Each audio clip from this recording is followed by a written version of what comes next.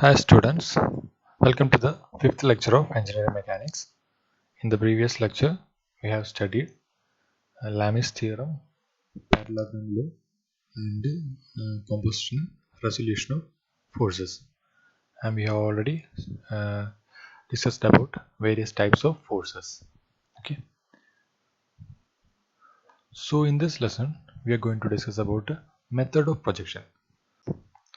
So in the previous lesson, we already discussed about how to find out the resultant of a resultant of a group of forces by using parallelogram law, triangular law, etc.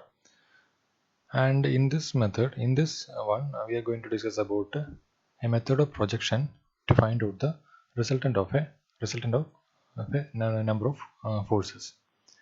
So, resultant of a number of coplanar concurrent forces can be obtained analytically by resolve the forces along any two mutually perpendicular directions. So, in the parallelogram law, we have to draw the figure with draw the parallelogram. Okay. So, without drawing this parallelogram, we can easily calculate the resultant and the direction by using some equations. So that equations are formulated by using method of projections. That is what we are going to discuss today. So in this method of projection, there is a theorem used, and the theorem is known as theorem of resolved parts. According to this theorem, this theorem states that the algebraic sum of projections of a number of coplanar concurrent forces along any direction will be equal to the projection of their resultant along the same direction. That means, let us say that there are two forces, F1 and F2, which is acting at some angle alpha 1 and alpha 2. Okay, so F1 has a component along this OM axis. F1 has a component along this OM axis, and F2 has a component along this OM axis. And where R is the resultant of this F1 and F2. Okay, where R is the resultant of this force F1 and F2, and R also has a component along this OM axis. So according to theorem of resolved parts, the component of forces F1 and the sum of the component of forces F1 and F2 along a particular axis OM which is equal to the projection of its resultant along this OM axis or any axis. Okay, so that means the projection of the algebraic sum of the projection of a number of coplanar concurrent forces along any direction will be equal to the projection of the resultant along the same direction. That means F1 ന്റെയും F2 ന്റെയും components along any axis, sum of the components of F1 and F2 along any axis will be equal to the component of its resultant along the same axis. Okay, അത് നമുക്ക് detail ആയിട്ടൊന്നും കൂടെ നോക്കാം. So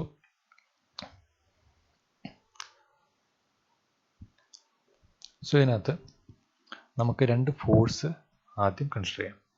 Let us consider there are two forces F1 and F2. F1 and F2 are two forces which is acting at an angle alpha 1 with the horizontal axis and alpha 2 with the horizontal axis. Okay, clear? So this is OB and OA. O is the center.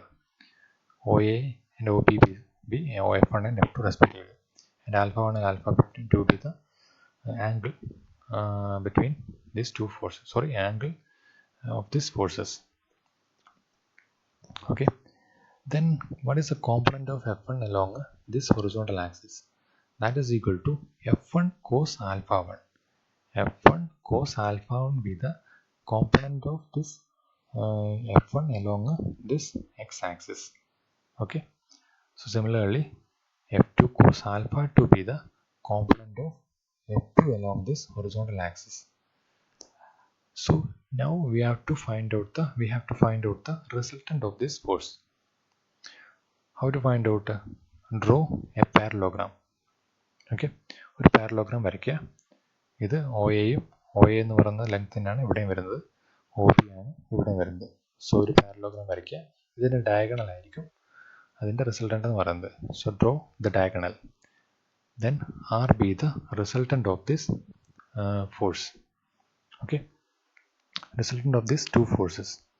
Okay, so അങ്ങനെയാണെങ്കിൽ according to നമ്മൾ നേരത്തെ പറഞ്ഞു, ഈ ആറിൻ്റെ component of this resultant along this horizontal axis എന്തായിരിക്കും വരിക?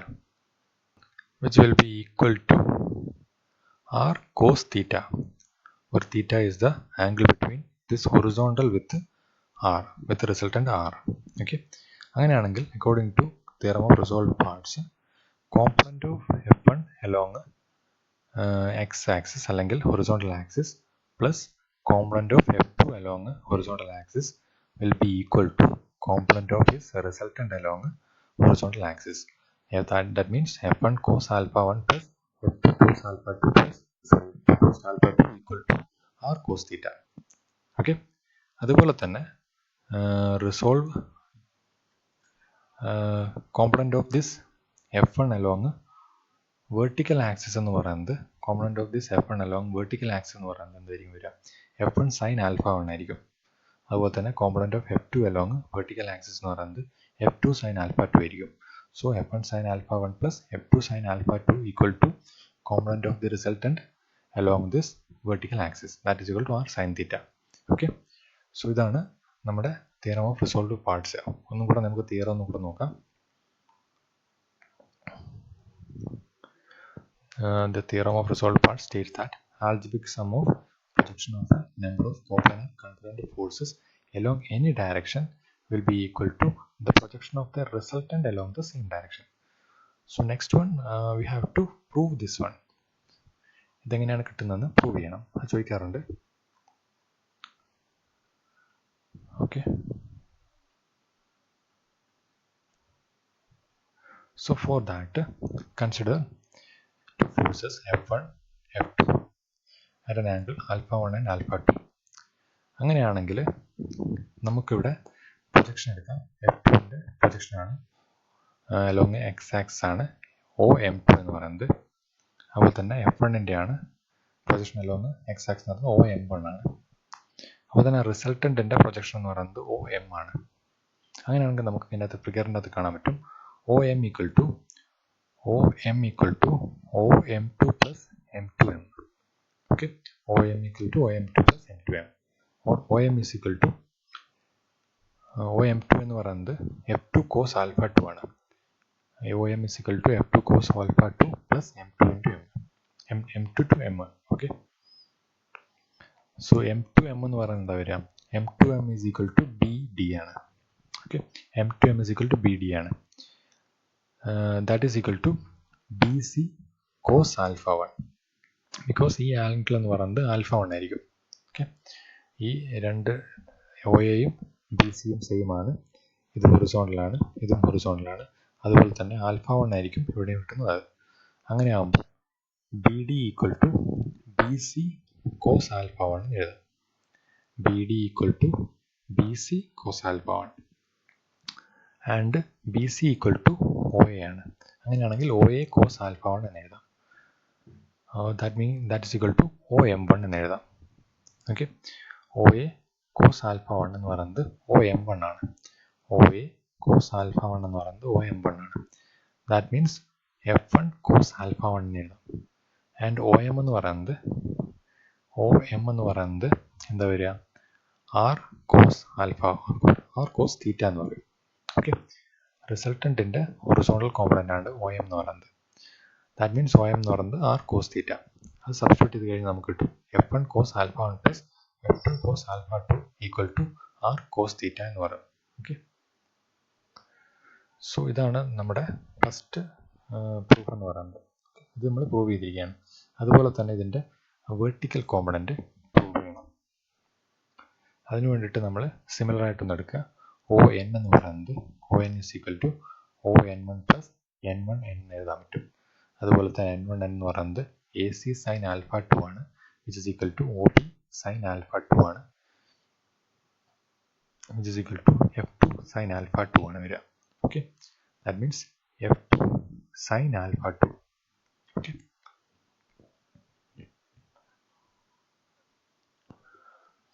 OB sin alpha 2 എന്ന് പറയുന്നത് F2 sin alpha 2 ആണ്. അതുപോലെ തന്നെ ON എന്ന് പറയുന്നത് R sin theta ആണ് വരുന്നത്. ഓക്കെ, ON എന്ന് പറയുന്നത് R sin theta ആണ്. സബ്സ്റ്റിറ്റ്യൂട്ട് ചെയ്യുമ്പോൾ F1 sin alpha 1 plus F2 sin alpha 2 is equal to R sin theta എന്ന് പറയും. ഓക്കെ, ON1 എന്ന് പറയുന്നത് F1 sin alpha 1 ആണ്. അതുപോലെ തന്നെ n1 n എന്ന് പറയുന്നത് നമ്മൾ F2 sin alpha 2 എന്ന് കിട്ടിയിട്ടുണ്ട്. So F1 sin alpha 1 plus F2 sin alpha 2 equal to R sin theta. So നമ്മൾ രണ്ടും പ്രൂവ് ചെയ്ത് കഴിഞ്ഞു. ഓക്കെ, നെക്സ്റ്റ് നമ്മൾ രണ്ട് ഫോഴ്സ് ആണ് ഉപയോഗിച്ചിരിക്കുന്നത്. If there are A number of forces, consider there are 5 forces F1 F2 F3 F4 and F5 acting then ഓരോ ഡയറക്ഷനിൽ F1 F1 to F5 act ചെയ്യുന്നുണ്ടെന്ന് വിചാരിക്കാം.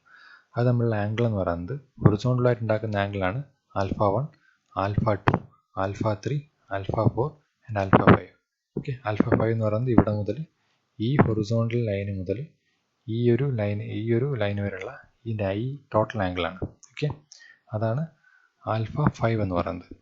ഓക്കെ, അങ്ങനെയാണെങ്കിൽ then by the theorem of resolved parts, F1 cos alpha 1 component of forces F1 along x-axis plus component of force F2 along x-axis plus component of force F3 along x-axis etc. F1 component of force F5 along x-axis എന്ന് പറയുന്നത് equal to resultant along the x-axis ആയിരിക്കും. component of the resultant along x-axis ആയിരിക്കും. resultant എന്ന് പറയുന്നത് ഇതാണെന്ന് വിചാരിക്കുക. അത് ഉണ്ടാക്കുന്ന ആംഗിൾ എന്ന്, അല്ലെങ്കിൽ ഹൊറിസോണ്ടലായിട്ട് ഉണ്ടാക്കുന്ന ആംഗിൾ എന്ന് പറയുന്നത് തീറ്റയാണ്. സോ അങ്ങനെയാണെങ്കിൽ നമുക്ക് ഇതിനെയൊക്കെ കൂട്ടി ചേർത്തിട്ട് സിഗ്മ എഫ് എക്സ് എന്ന് എഴുതാം. So sigma F x equal to r cos theta എന്ന് എഴുതാം. അതുപോലെ തന്നെ സിഗ്മ എഫ് വൈ എന്ന് പറയുന്നത് ആർ സൈൻ തീറ്റ എന്ന് എഴുതാം. സോ രണ്ടും ഇക്വേഷനായിട്ട് എടുത്തു 1 and 2. അങ്ങനെയാണെങ്കിൽ squaring and adding the equations 1 and 2 we will get sigma fx square plus sigma fy square equal to r square cos square theta plus r square sin square theta. എന്ന് വെച്ച് കഴിഞ്ഞാൽ cos square theta plus sin square theta എന്ന് പറയുന്നത് 1 ആണ്. So r square is equal to sigma fx square plus sigma fy square എന്ന് കിട്ടും. അല്ലെങ്കിൽ r is equal to root of sigma fx square plus sigma fy square. So ഇങ്ങനെയാണ് നമ്മുടെ ഇതിൻ്റെ resultant കണ്ടുപിടിക്കുന്നത് വിത്തൗട്ട് യൂസിങ് എനി ഡ്രോയിങ്. നമുക്ക് easy ആയിട്ട് ഇതിനകത്ത് നിന്ന് റിസൾട്ടൻ്റ് കണ്ടുപിടിക്കാൻ പറ്റും. നമ്മൾ എന്താ ചെയ്യേണ്ടത്, component of forces along x and y axis കണ്ടുപിടിക്കുക, അതിൻ്റെ സമ്മ് ചെയ്യുക ആൻഡ് ഇവിടെ കൊടുക്കുക അത്. So we can easily find out the resultant. പക്ഷേ റിസൾട്ടൻ്റ് കിട്ടിയാൽ മാത്രം പോരല്ലോ, അത് എവിടെയാണ് ആക്ട് ചെയ്യുന്നതെന്ന് അറിയണം. സോ ഈ തീറ്റ എന്നുള്ള ആംഗിൾ കണ്ടുപിടിക്കണം നമുക്ക്. സോ തീറ്റ കണ്ടുപിടിക്കാൻ വേണ്ടിയിട്ടുള്ള ഇക്വേഷനാണ് angle of inclination of the resultant with horizontal is given by tan theta is equal to sigma fy divided by sigma fx. Okay, sigma fy divided by sigma fx ആണ് നമുക്ക് ഇതിൻ്റെ തീറ്റ എന്നുള്ള പറഞ്ഞ angle കണ്ടുപിടിക്കാൻ വേണ്ടി ഉപയോഗിക്കുന്നത്. So theta is equal to tan inverse of sigma fy by sigma fx എന്ന് എഴുതാൻ പറ്റും. ഓക്കെ, സോ നമുക്ക് ചെയ്തതൊന്നും കൂടെ നോക്കാം.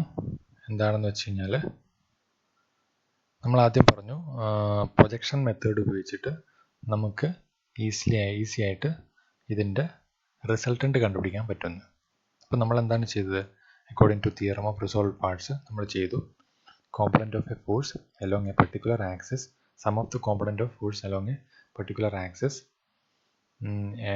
Is equal to resultant component of the resultant along the same axis. അതെന്ന് വെച്ച് കഴിഞ്ഞാൽ നമ്മളത് പ്രൂവ് ചെയ്തു ഇവിടെ. F1 cos alpha 1 plus F2 cos alpha 2 equal to r cos theta ആണ്. അതുപോലെ തന്നെ F1 sin alpha 1 plus F2 sin alpha 2 equal to r sin theta ആണെന്ന് നമ്മൾ പ്രൂവ് ചെയ്ത് കഴിഞ്ഞു. എന്നിട്ട് അത് പ്രൂവ് ചെയ്ത് കഴിഞ്ഞു ഇവിടെ. ദെൻ നമുക്ക് രണ്ട് ഫോഴ്സ് എന്നുള്ള മാറ്റിയിട്ട് if there are a number of forces F1 to F5 അങ്ങനെയാണെങ്കിൽ നമുക്ക് sigma F X component of forces along X direction എന്ന് പറയുന്നത് completely equal to component of the resultant along this x-axis എന്ന് എഴുതാം. അതുപോലെ തന്നെ സിഗ്മ എഫ് ഐ എന്ന് പറയുന്നത് ആർ സൈൻ തീറ്റ എന്ന് എഴുതാം. അതുപോലെ തന്നെ റിസൾട്ട് അതിനകത്ത് നിന്ന് കിട്ടുന്നത് എന്താണെന്ന് വെച്ച് കഴിഞ്ഞാൽ root of F sigma F I square plus F I square. ഈ ഒരു മെത്തേഡ് ഉപയോഗിച്ചിട്ട് without any drawing we can easily find out the resultant.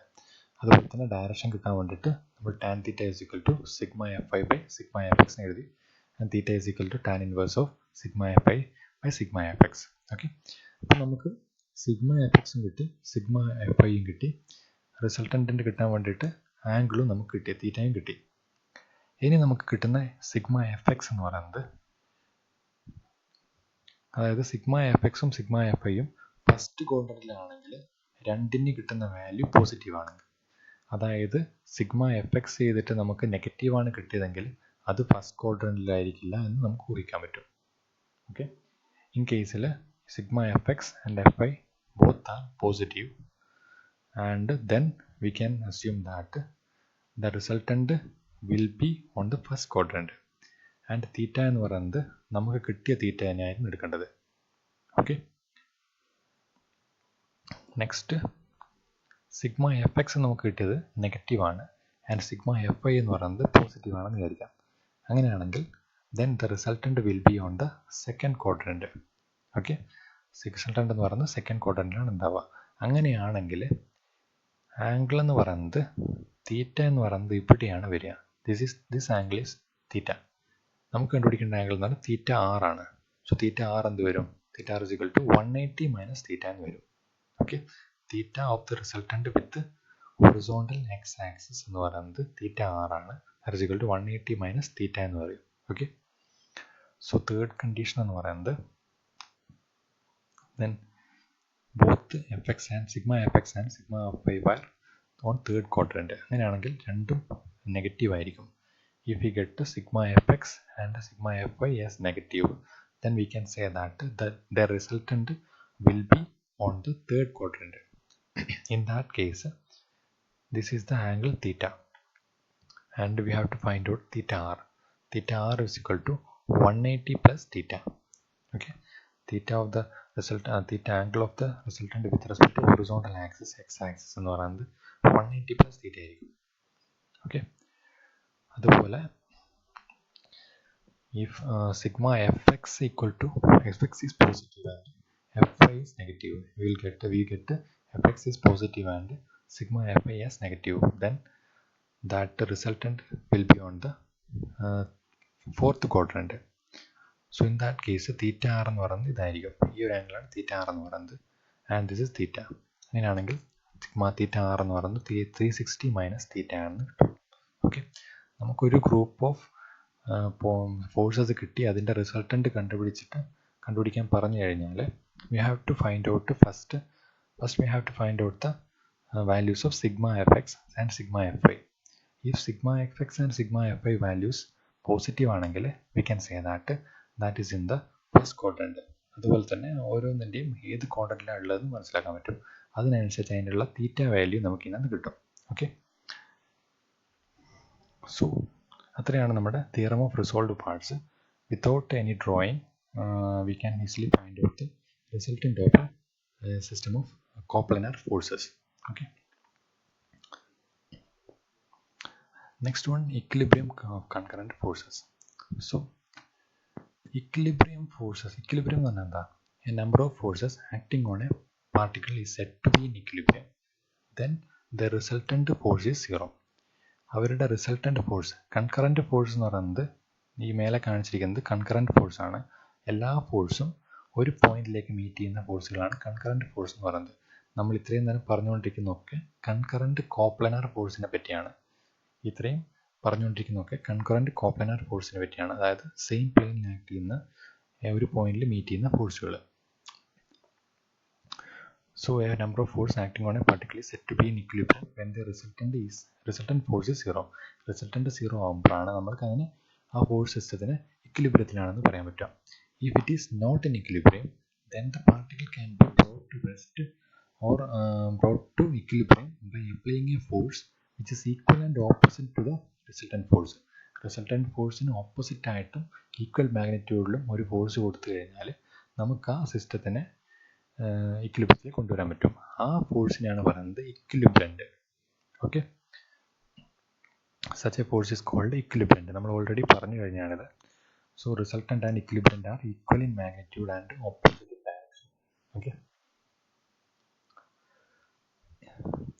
So equilibrium, the resultant of the forces is given by R is equal to root of sigma fx square plus sigma fy square. So therefore the conditions of equilibrium are component of forces along x-axis equal to 0 and component of forces along y-axis equal to 0, or sigma fx equal to 0 and sigma fy is equal to 0. So this is the condition for equilibrium of a coplanar concurrent force system. Okay. So ഒരു coplanar concurrent force system equilibrium ആവണമെങ്കിൽ അതിൻ്റെ x component become 0, sigma fx equal to 0 and sigma fy equal to 0.